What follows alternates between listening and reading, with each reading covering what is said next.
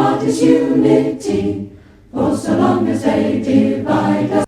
உரிமைக்காகவும் தியாகத்திற்காகவும் உருவானதும் உழைக்கும் வர்க்கத்தினரின் மகத்துவத்தை பறைசாற்றும் தினமாகவும் ஒவ்வொரு வருடமும் மே மாதம் 1ஆம் தேதி சர்வதேச உழைப்பாளர் தினம் உலகம் முழுவதும் கொண்டாடப்படுகின்றது. தொழிலாளர்கள் 16 மணி நேரத்துக்கு மேலாக முதலாளிகளால் சுரண்டப்பட்ட காலம் ஒன்று இருந்தது. அதை எதிர்த்து பல ஆண்டுகள் போராடி பல்லாயிரக்கணக்கான தொழிலாளர்கள் உயிர் தியாகம் செய்து 8 மணி நேர உழைப்பு, 8 மணி நேர ஓய்வு, 8 மணி நேர உறக்கம் என்று கொண்டு வந்ததன் அடையாளம்தான் இந்த மே தினம். 1880கள் காலகட்டத்தில் உலகம் முழுவதும் 16 முதல் 18 மணி நேரங்கள் வரை தொழிலாளர்கள் கட்டாய பணியில் ஈடுபடுத்தப்பட்டனர். நல்ல உறக்கம், நல்ல உணவு, நல்ல உறைவிடம் என்பதெல்லாம் பணக்கார வர்க்கத்திற்கு சொந்தமானதாக மட்டுமே இருந்தது. இதை எதிர்த்து தொழில் புரட்சி ஏற்பட்ட நாடுகளில் போராட்டங்கள் வெடித்தன.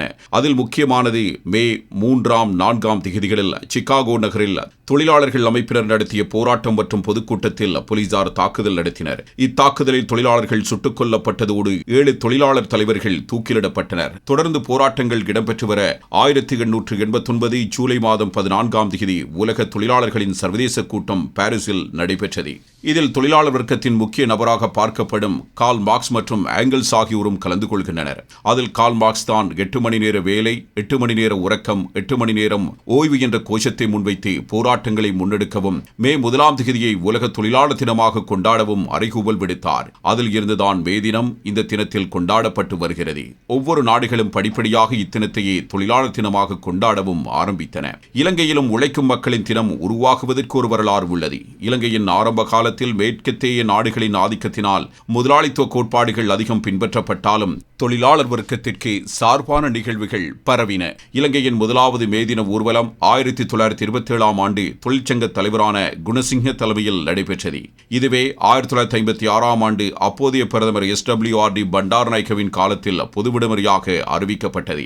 1891ஆம் ஆண்டு மே மாதம் 1ஆம் தேதி பிறந்த DU குணசிங்க தொழிலாளர் வர்க்கத்திற்கு பாரிய சேவை செய்துள்ளார். இவரின் காலப்பகுதியிலேயே புகையிரத வேலைநிறுத்தம் மற்றும் துறைமுக வேலைநிறுத்தம் போன்ற வேலைநிறுத்தங்கள் நிகழ்ந்தன. அநேக வேலைநிறுத்தங்கள் தோல்வியில் முடிந்தாலும் ஆங்கிலேயருக்கு எதிராக முக்கியமான சில வேலைநிறுத்தங்களை வென்றுள்ளார் என்பதோடு இவரே இலங்கையின் தொழிலாளர் இயக்கங்களின் தந்தையாக அறியப்படுகிறார். உழைப்பால் உலகை உயர்த்தி நாட்டின் வளர்ச்சிக்கு அடித்தளமாக விளங்கும் தொழிலாளர்கள் அனைவருக்கும் இனிய மே தின வாழ்த்துக்களை வசந்தம் செய்திப்பிரிவு தெரிவித்துக் கொள்கிறது.